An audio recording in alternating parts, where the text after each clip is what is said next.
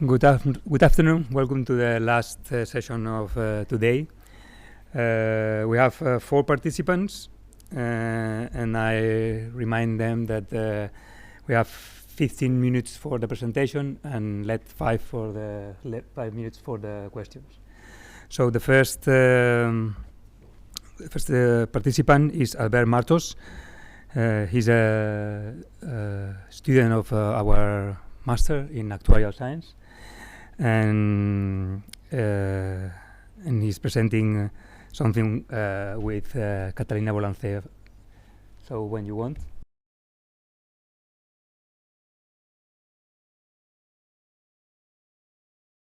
Hi to everyone. As you said, I'm Albert and I'm still a student. And what we are going to look today is basically a new approach that we are introducing to the Sarmanov distribution. We'll see the Sarmanov distribution is about a new parameter called omega, and this is what we will say today. And first of all, we are going to introduce the first or the basics about this. But first of all, there's no wall. I mean, no. Okay. So first of all, we are working in the actuarial collective risk model, where we can denote S as the aggregate claims, which can be explained as the product of n and x, which n is the number of claims and x is the average claim severity, which then we have two variables, 2 random variables. The n is the discrete one and the x is the continuous one. And then this is a basic of it, when we can assume that if the number of claims is 0, then the cost is also 0. And the aim is to find which are the moments of S, because now we have 2 random variables, and this might not be easy because now we have 2 variables. But when we are working in this actuarial collective risk model, we can define the first moment and the expected value and the variance of S this way, if we are considering that n and x are independent variables. But if not, if they are dependent, then the moments and the expected value and the variance are not that easy, because we are having a bivariate distribution, or we have this, and will depend on the copula and this bivariate distribution. So now we are having 2 variables, one continuous and one discrete. Because this is not easy, but there are some papers which propose some methods that we could say. For example, we could use the copula model, but it's not that easy for the discrete variables. And also, Garrido proposed a conditional, proposed another way to do it, but it's a conditional distribution of x given n. But then there is another project, we could say, that we are following Wernicke, that it's like this Sarmanov distribution, and we are working with 2 marginals, a continuous and a discrete one. This Sarmanov distribution is a bivariate distribution, and we could say that the marginal distribution is this way, where in the first part, as I said before, if the number of claims is 0, then the cost is also 0. And there is like this part when we could we could consider the discrete variable, the discrete distribution, and calculate this probability of n equal to 0. If not, if the number of claims is larger than 0, then we will have this expression.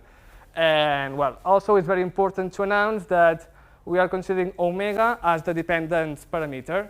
And then there are also some kernel functions, phi and c, that will be defined later. And considering this distribution, we will have these moments, the expected value, the variance, and the correlation. And as we have seen before in the actuarial collective model, that we have this expression, but now we are adding a new part which have this dependence parameter omega, and this happens in the variance and in the correlation.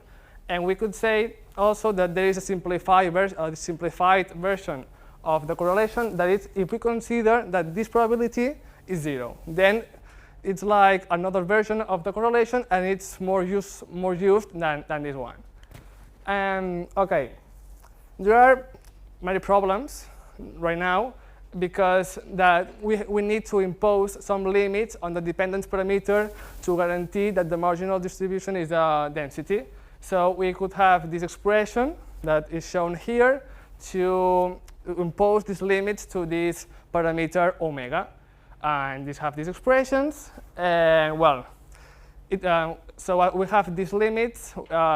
We can impose or have large negative or positive dependence, because now we are imposing these limits.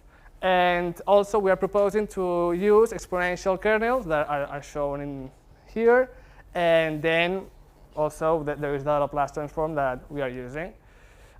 So yes, these exponential kernels are one is for the discrete variable, another one is for the continuous one. And we are going to say that delta will be used for the discrete one, and gamma will be used for the continuous one. And also, we could use, or we could assume that both delta and gamma is equal to 1, because this simplifies things, but this is not appropriate, we could say. So this idea can be generalized. So what we could do is to find the values of delta and gamma that maximize the width of the dependency limits. So we could use this to estimate it in the likelihood maximization procedure that you can find in the Bolancé and Wernicke paper in 2020 for the negative binomial and the gamma or log normal marginal distributions. So if you don't fit gamma or delta equal to 1, usually you are improving the model. So, well, now what we have done, or the two particular cases that we have analyzed, are the negative binomial and the gamma marginal, which is shown here. You have the two parameters of the negative binomial, then the two of the gamma, and the three of the Sarmanov distribution. So the R and PR for the negative binomial, the alpha and beta for the gamma, and the omega, delta, and gamma for the Sarmanov distribution. And the same applies to the log normal distribution, but in this case we have to left truncate this distribution in order to get the kernel function to be sorry, I don't know the word in English, but it has to impose some restriction to it, because we need it to work. And okay, so we have used an example of it, including a sample of 65,000 policyholders. And what we have seen first is that you have to test which distributions fit better to this data. For the number of claims, you could consider a Poisson or a negative binomial, and in this case, negative binomial is the one which fits better. And the same for the continuous distribution, but in this case, if we compare the gamma or log normal distribution, we will have the gamma distribution. And here in this table, it's what we have proposed, that we have to calculate the partial derivatives and then you may find the roots of it. And in the end, you will get a new parameters of gamma and delta, and these will be the cases or the parameters that we would use in case that we are using these distributions. Now that we have concluded that negative binomial and gamma are the best for this data, then we would consider the first case. Now we are seeing how this dependence, this omega, these omega values moves according to each parameter. In the first row, you may find we fixed delta equal to 1, and in the x-axis, the values of the different gammas. In these 4 plots, basically what you can conclude is that delta affects most to the parameter omega, so than gamma. So basically now we would say that delta is more important than gamma to basically for this parameter omega, and this is useful for next steps or for the future.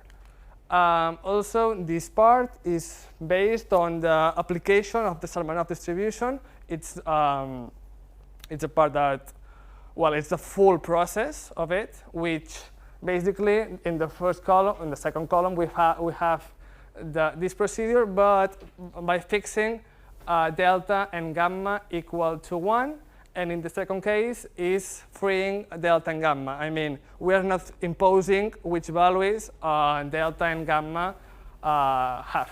In this case, we see that the Kaika information criteria is lower when delta and gamma are free. In the beginning, we don't know. But if we notice that this value of omega 2.23 is the same that the maximum value that omega can have. So there is a problem. We need to impose that this omega, this maximum value of omega, to be higher, because I mean, something is not right here, because this is like I need to increase this parameter of dependence because something I'm missing data.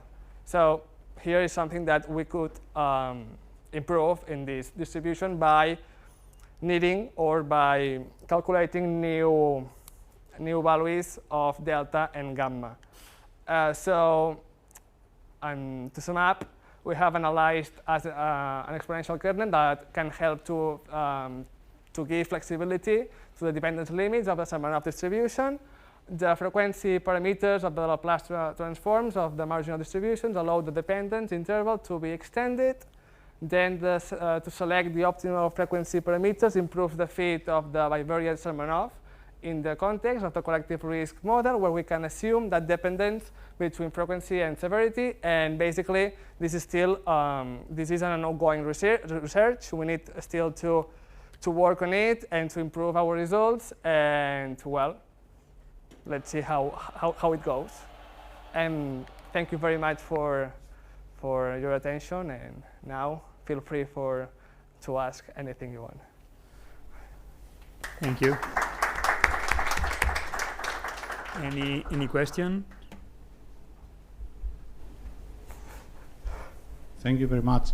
Since your parameter achieves the upper limit, can this be an indication that your model is not good? I mean that you may need more flexibility than the one that the model offers, so perhaps this is a strong indication that you need another model. Yes, exactly. Not another model, but we need to change something in the model. Yes, or this parameter delta and omega, the way we are choosing these two parameters need to be changed. So in this way, we are not calculating with this with the way we are proposing, but this is an example of that we can use these partial derivatives and roots to impose new limits, and that omega doesn't top the maximum value of omega. Thank you. You're welcome.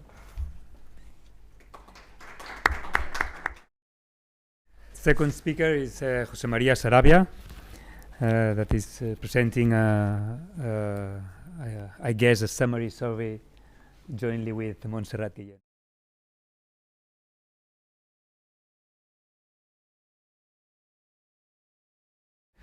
Okay, this session or this work has been done jointly with Montserrat Guillén from University of Barcelona, and she's here. Okay. Oh, okay. Okay, then what is this talk about? This talk is about risk aggregation, of course, and then the idea of this talk and the idea of this survey is to present a survey of the main results where we have analytical expressions for the PDF of the aggregated risk, this expression, okay?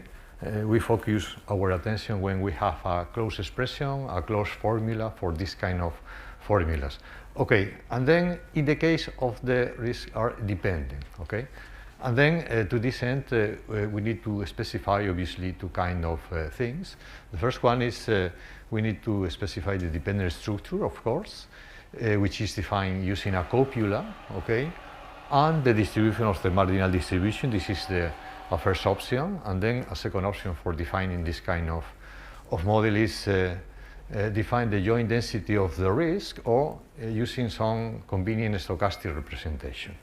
Okay, then to solve this kind of problem, we are going to consider three different scenarios.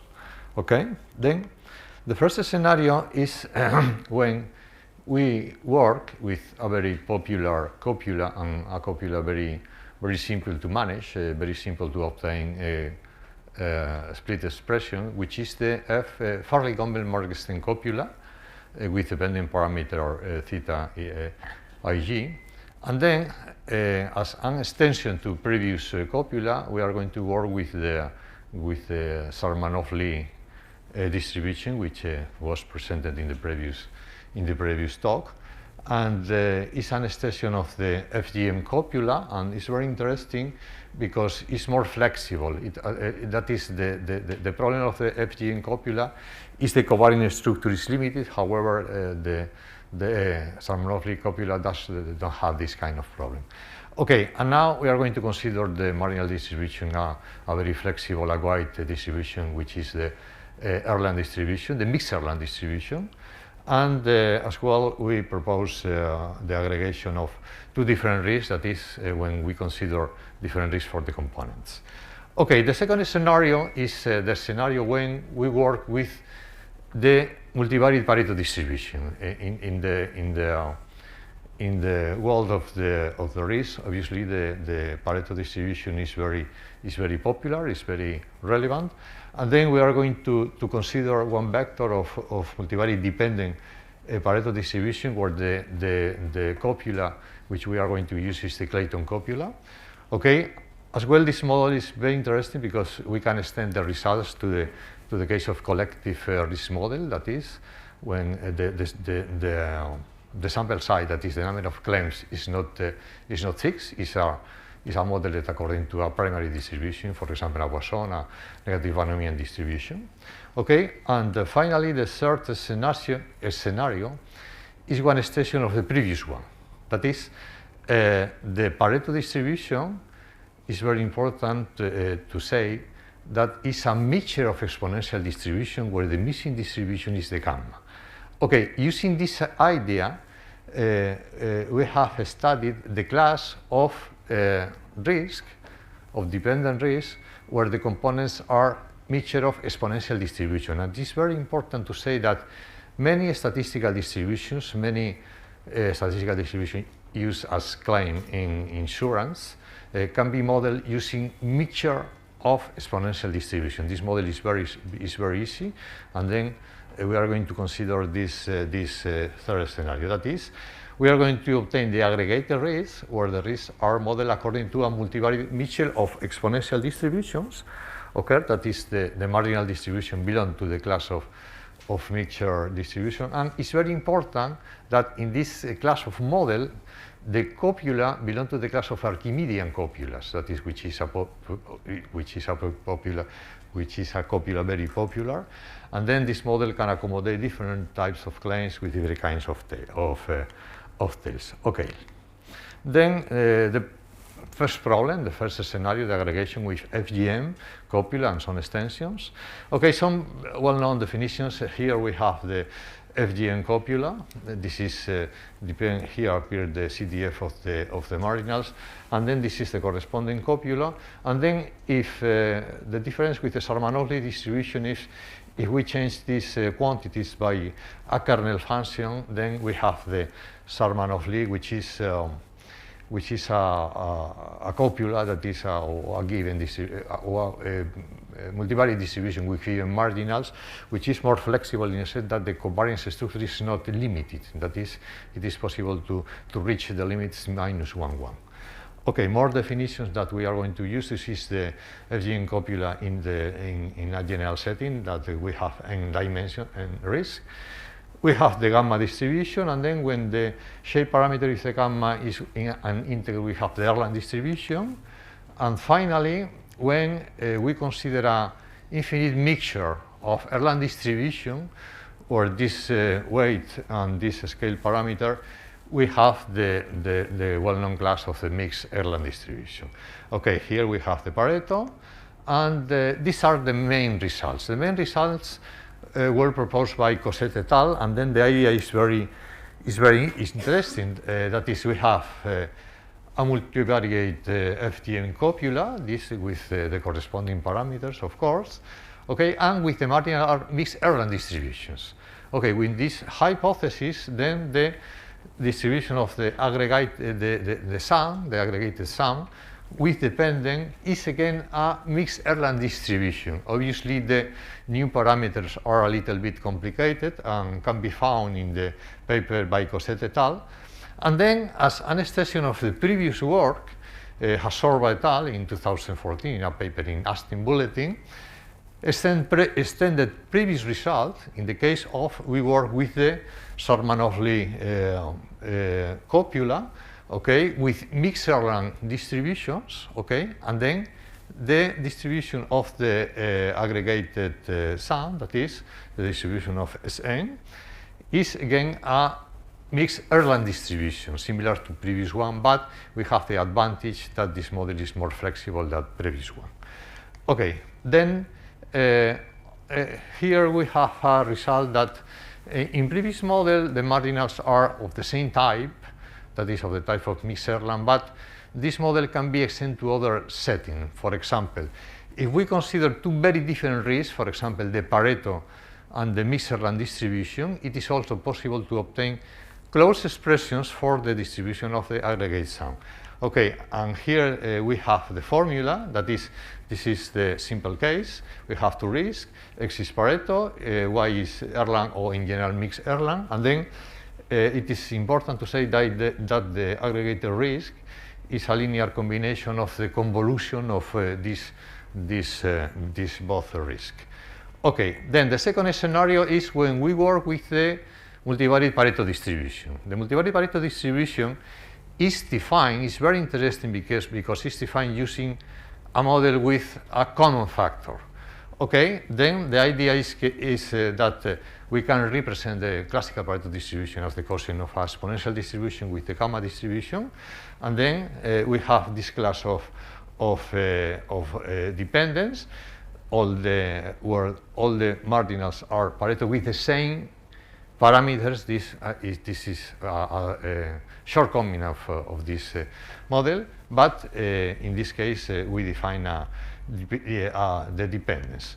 Okay, then the idea is if we obtain the distribution of the aggregate sum, we obtain a very simple distribution. We obtain a second kind beta distribution, and then it is we have some extensions if we consider for example, the second beta distribution for the marginal distribution, and then it is also possible to extend the result when we consider different scale parameters for the marginal distributions. Okay, this is the extension to the collective risk model, and then only one short mention.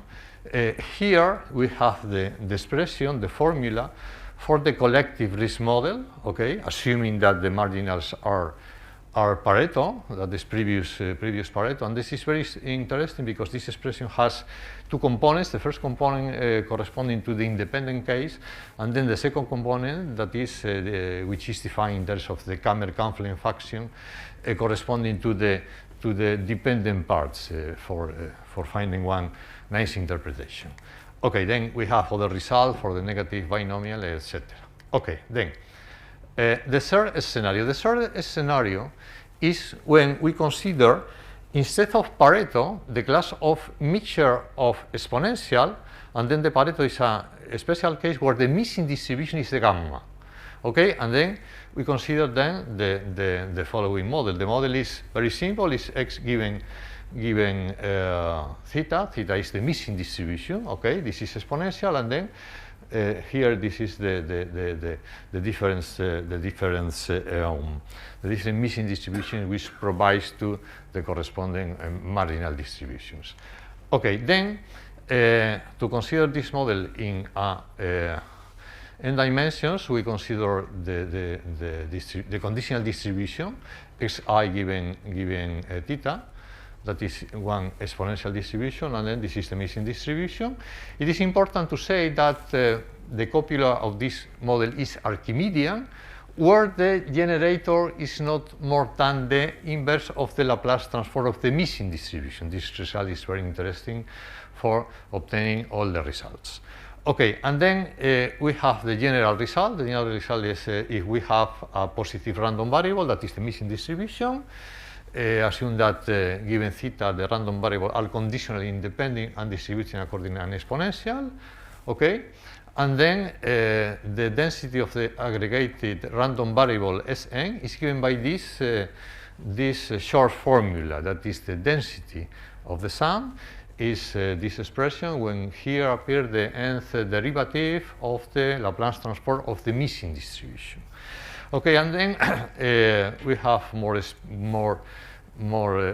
properties corresponding, more features corresponding to this model. For example, we have a simple expression for the survival function.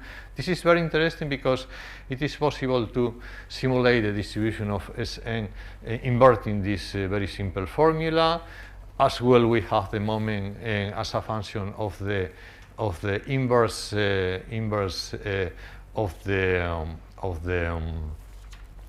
of the missing distribution. Okay, and then we have more properties. Now we are going to consider some special cases of this general model. We are going to consider the classical Pareto, which we saw previously. We are going to consider when the claims are classical gamma. The only problem is here we need to include one constraint about the shape parameter of the gamma. The variable distribution belongs also to the class of the mixture of exponential distribution, including or imposing the condition that the shape parameter is in 0, 1, the inverse Gaussian, the linear, and many other distributions for the claims. Okay, then in the case of the Pareto, which we saw previously, these are the marginals. This is the copula, which is a Clayton, and we obtain the same formula which we obtained obviously previously. Okay, then the next model is when we consider for the claims a gamma distribution. A gamma distribution, but we need to include this constraint for the shape parameter. Okay, then the missing distribution is known from Glesser in 1989 in a nice paper in the American Statistician. Okay, and also for Albrecht and Korstian in 2009, and this is the missing distribution. This is the Laplace. This is the generator function of the copula, and then here we have the closed expression from the joint density. We have the copula, and then we have, using this general formula, we have the expression for the density of the sum. This formula is very interesting because it is possible to express this density of a linear combination of gamma distribution where the weights are positive and then negative. Okay, and then the next interesting model is the case of the Babel distribution. Weibull distribution, and the Weibull distribution is also a mixture of exponential. Perhaps the density is a little bit complicated. However, this result is well known from Feller in 1971. However, the Laplace transform is very simple. The Laplace transform is this one, and then this is the corresponding survival function. And we have the marginal, and in this case, the copula is a classical copula. It's the Gonville copula, which we know in the hierarchy introduced by Harry Joe in 1996, but the B6 family. Okay, then in this case we have a simple expression for the density of the sum. In this case appear the partial Bell polynomials. Okay, and for example, for here we have the case of 2 rigs, 2 dependent rigs, and 3 dependent rigs. Okay, and then the formula is a mixture of generalized gamma distributions. Okay, and then for finishing, some general models, that is obviously the model of mixture of exponential can be extended if we consider mixture of gamma distributions. Okay, and then in this case we consider the model is giving theta. The mixing is a gamma with the shape parameter are the difference, and then the scale parameter is the same. Okay, and then here we have only a simple example for illustrating the possibility that using this model, which obviously is richer than previous model.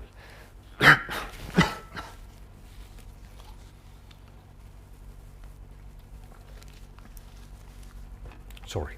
And then obviously if alpha I is equal 1, we have a previous model, and then in this case we consider a missing distribution as a concave beta distribution in order to obtain a simple interesting model.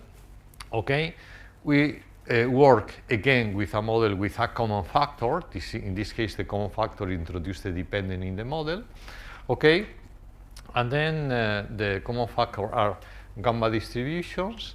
Okay, here we have the marginal distribution which were proposed by Shibuya in 1979. Okay, we have the moments, and we have a nice result that in this sense the density of the sum belong to the same class of the marginal distributions. Okay, we have the moments, and then that's all. And now some conclusions. We have reviewed some analytical expressions for the problem of aggregation of dependent rigs in 3 different scenarios. That is, when we work with the FGN copula and the extension of the Sarmanov Lie distribution. The second scenario is when we have with dependent Pareto distribution, okay, multivariate Pareto distribution. And the third one is one extension when we work with the mixture of exponential distributions. In all the case, we have very simple closed formulas. It is important to say that in some of these models have some important constraint that, for example, in the case of Weibull and in the case of gamma, we need that the shape parameter is in 0, 1, and no more. That's all, and thank you very much for your attention.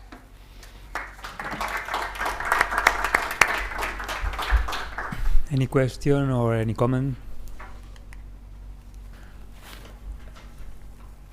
Thank you for the nice survey. Which model do you recommend then? Very interesting question, yes. Now, are you able, for instance, for each of these class of model, yes, to say how dense you are in the set of copulas, for instance, yes, and or multivariate models in general? And maybe, like, can you get bounds on, if you stay in this model, is it easy to say how wide you can be and how far you are from theoretical bounds where you don't impose a model? Okay. The question is, we have different models that probably for different situations. For example, the model with FGN copula or with the Sarmanov copula is very interesting because we can work with the mixed Erlang distribution. However, the problem is to define the order of the Erlang distribution, because in theory the limit of that mixed Erlang distribution is any kind of distribution. However, this is the theory. The practice is different. And then this model are nice, are very interesting. However, to define the order of the number of components is very difficult. And then, for example, this is one question. Other important question or problem is when we work with very different risks. I think that this is an open problem. That is, for example, many of these models have the same claims distributions. Okay, and then probably when we work with real data, it is considered very different risks. For example, the problem to consider the aggregated distribution when we have Pareto and we have I don't know, log normal, and we have a gamma distribution for the marginals, instead of a copula is an open problem. And then this is probably it's a challenge in insurer mathematics. And then, for example, in my opinion, it is very interesting. For example, the result corresponding to when we work with the Archimedean copula. This result has just been extended to other situations like the birthday copula. However, the birthday copula, in my opinion, is very general, and it is necessary to specify all the parameters of this copula. And this model, that is a model with Archimedean copula, has some disadvantage. For example, all the marginals are the same, and then this is not real in the practical situations. Okay, in summary, the problem is complicated. The answer is very complicated. Yes. Okay, so thank you. Okay, and thank you very much. Well, the next speaker is Jaume Belles. He's working now in a company in Catalana, Occidente, but he's still working with us, in this case with Miguel Santolino.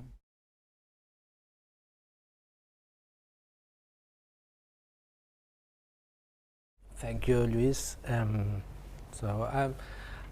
First of all, I want to thank the organizing committee to give me the chance of explaining you what I'm going to talk in the next 50 minutes, and also the company, because I joined it in January in 2015, and since there's always the chance of participating in congresses or in actuarial congresses or attending interesting workshops like this one.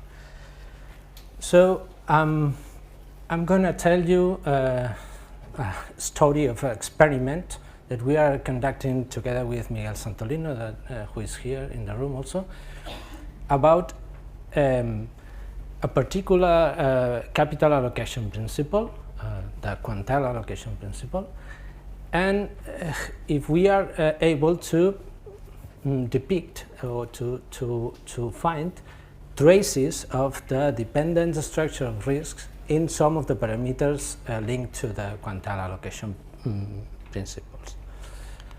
So maybe most of you know what is a capital allocation problem. Capital allocation problem arises when we have an amount of capital that we have to distribute among different sources of risks. Okay. If we want to take into account as the measure of the contribution of the risk unit a really known and used risk measure such as the value at risk, then the basic allocation principles are these ones that you can see in this slide: the haircut allocation principle and the Quantile allocation principle. Taking a look to the expression, to this one of here, you can see that the Haircut allocation principle is a really simple rule. We have the valued risk of one of the risk units divided between the sum of the values of risk of the rest of the risk units. It seems that nothing related with the structure of or the dependence of risk is embedded in this allocation principle. On the other side, if we look at the Quantile allocation principle, the things are quite different. Okay, because maybe it's not evident, but the sum is taken into account to some extent. As we are substituting the alpha, the confidence level original that we want to distribute, by another one that probably is different, this can lead us to think that something regarding the sum of the risk, the structure of the dependent structure between risks, and the relative weight of one risk unit to the rest of risk units is embedded in this Quantile allocation principle. But it's only, at this stage, it's only an intuition. So what we propose with this research, so we are going to do some experiments. We are taking a look to the Quantile allocation principle from the minimization, optimization point of view. There's a well-known framework of that is provided by Professor Dan, Sanakas, Valdez, and Van Duffel 10 years ago, a prized paper on Journal of Risk and Insurance, that established the general framework in which an allocation principle can be thought of as a minimization problem. Okay, so we will look at the Quantile allocation principle from this point of view. Once we have that, we will take advantage of some of the results that are provided in the literature regarding this Quantile allocation principle, and then we will try to, with these results, provide a simple way of calculating the Quantile allocation principle with a data set. We are interested in working with numbers, and we are going to do that. The last one we propose, it appears after doing this experiment, it does something related with the additivity properties of value at risk, can be also commented with our experiments. So the framework of Dan and their colleagues has been recently generalized by the Professor Kay and Wang in a paper in Insurance Mathematics and Economics, and some of the results that they propose with some restrictions lead us to some other results that were known by Dan also.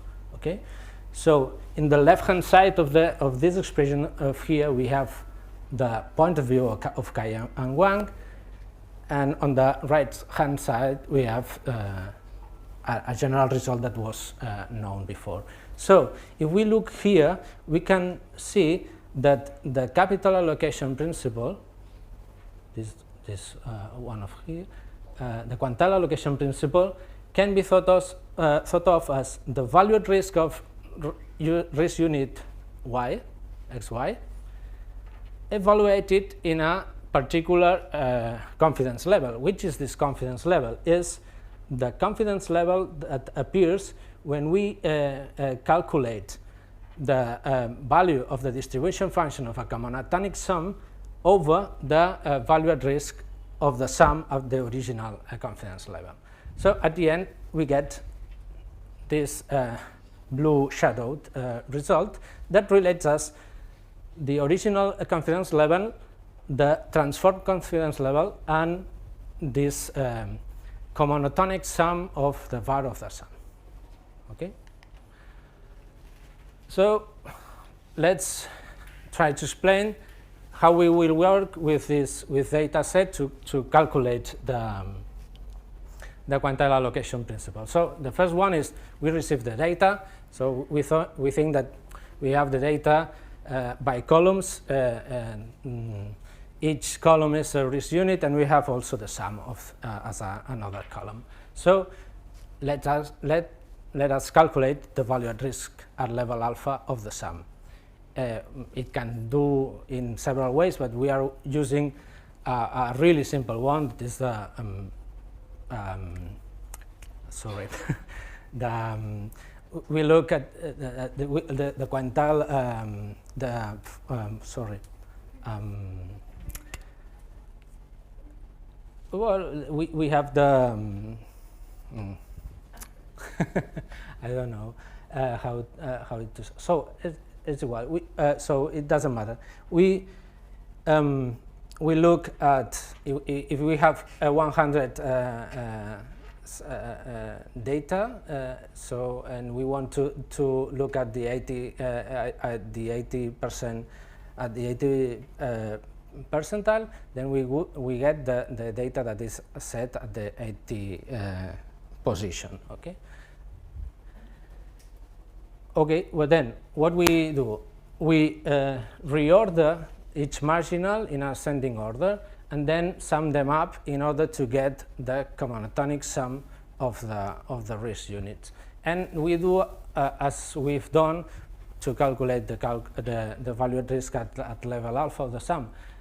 In order to get the value at risk of the position that represents the value at risk of the sum in the comonotonic sample. So we can get then the allocation principle, the quantile allocation principle. I don't know how how I'm going.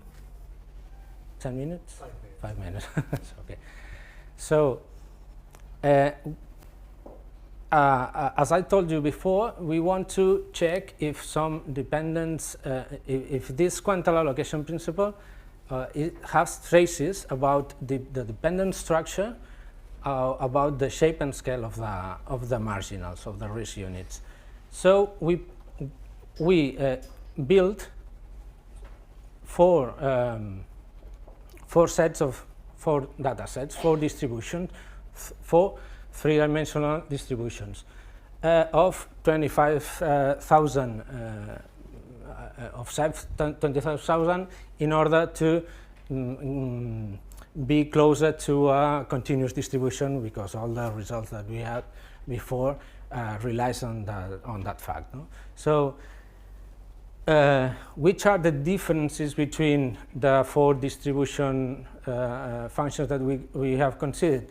So for on the one hand, the kind of random variables in the marginals, D1, D2, and D4 have normal random variables as marginals, and D3 have Pareto distributions as random variables. And which is the other difference between the distribution functions?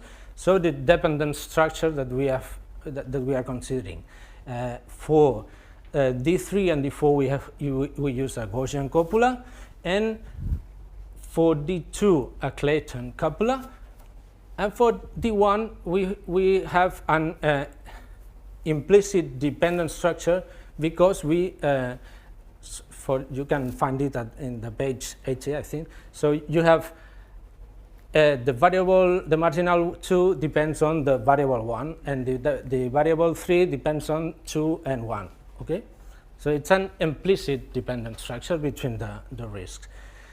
And what we do with this data that we have generated for our experiment, so we calculate 99 quantile allocation solutions, okay, moving the alpha value from 0 from 1 divided 100 to 99 divided 100. So these are how looks the sample distributions, and these are the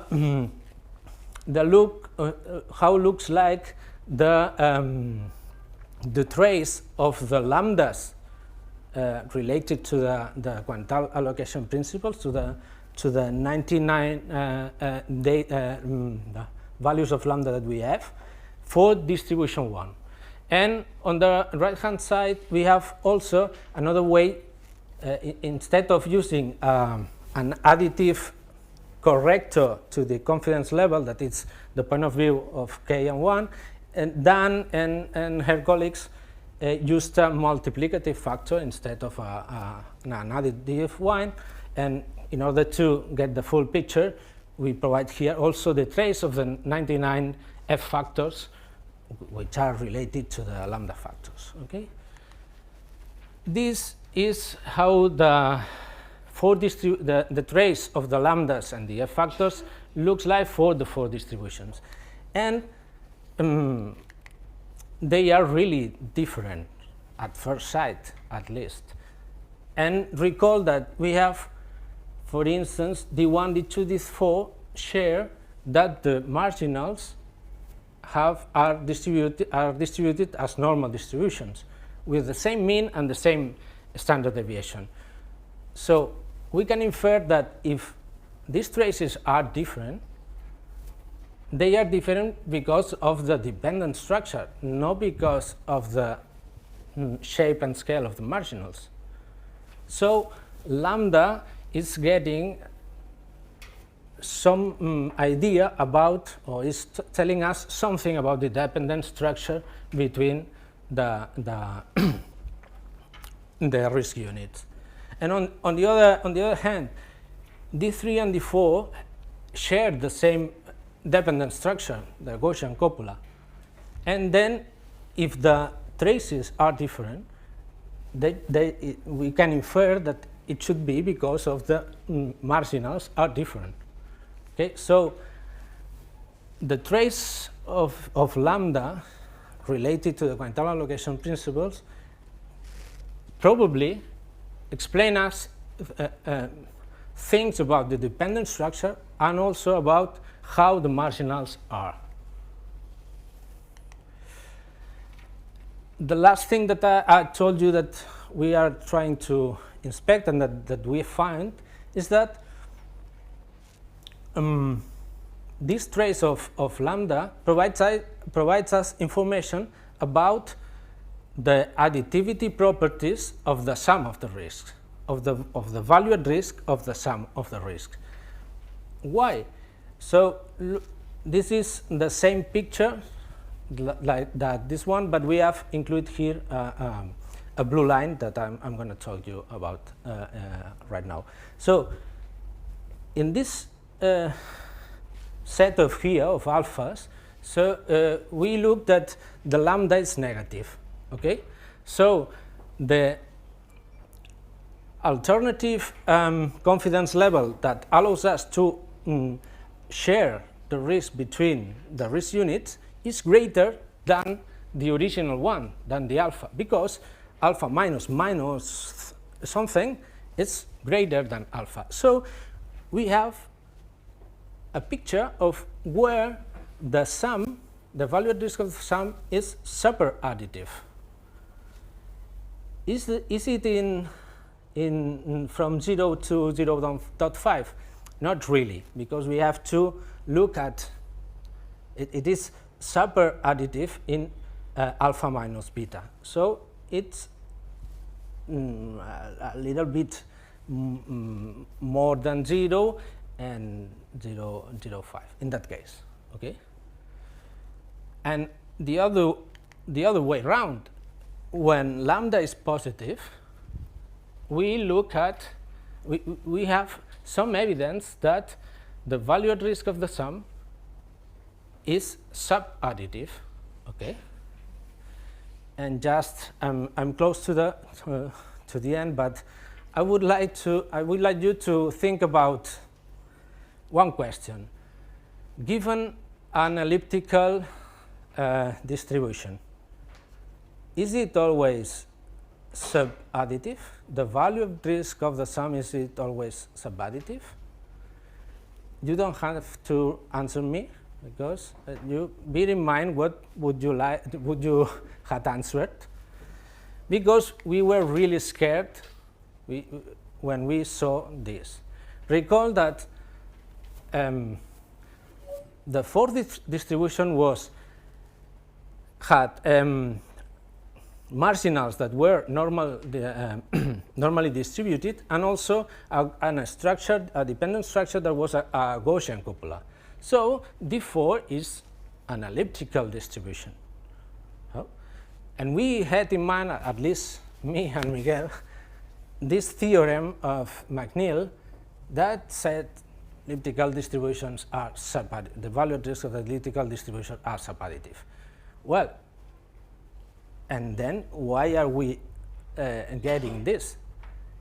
So it's something that we have to read well the theorem, because it's like that when we move from 0.5 to 1. Okay? And this is also, I've tried to explain you what kind of experiments are we doing right now in order to relate the Quantile allocation principle with traces of dependent structures and the shape and scale of distribution of the marginals. We would like to find in the further research mathematically expressions that will confirm us what we are getting in these experiments. So we would like to isolate in lambda or in some function of lambda what depends on the dependent structure and what depends on the shape and scale of the distribution function, and probably what depends on thinking that we are summing them up and not doing anything else with these risk units. Thanks a lot. I'm sorry for the having forgetting how to say things in English. Okay. Any question or even any answer to his question? I will not answer the question. Okay, you could do the same with the tail var. Yeah. With probably other information about the lambda, perhaps, because the tail var is always normally subadditive.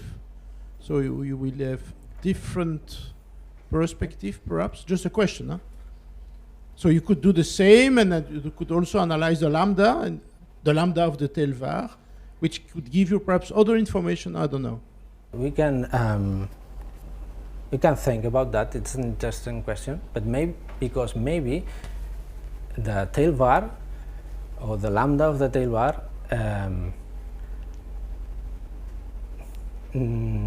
separates or is not taken into account this part of super and subadditivity, but and it it could help us to explain what happens with value at risk. But it could give you other information about the dependence, perhaps. Yeah. Thank you very much. Thanks. Thank you.